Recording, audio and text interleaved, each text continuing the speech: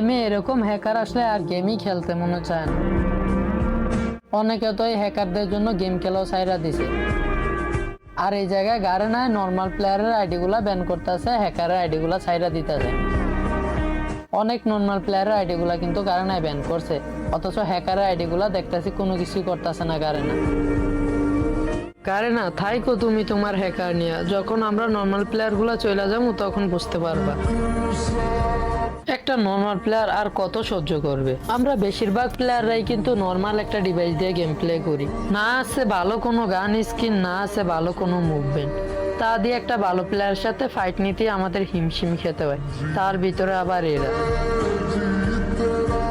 ভাবছিলাম এই আপডেটে কোনো হ্যাকার থাকবে না, গেমটা শান্তি মতো খেলতে পারবো, এবার গ্র্যান্ড মাস্টার পোস্টটা শান্তি মতো দিতে পারবো।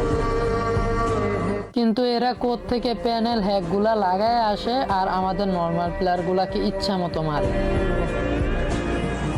তো এই হ্যাকারের খেলাটা দেখো।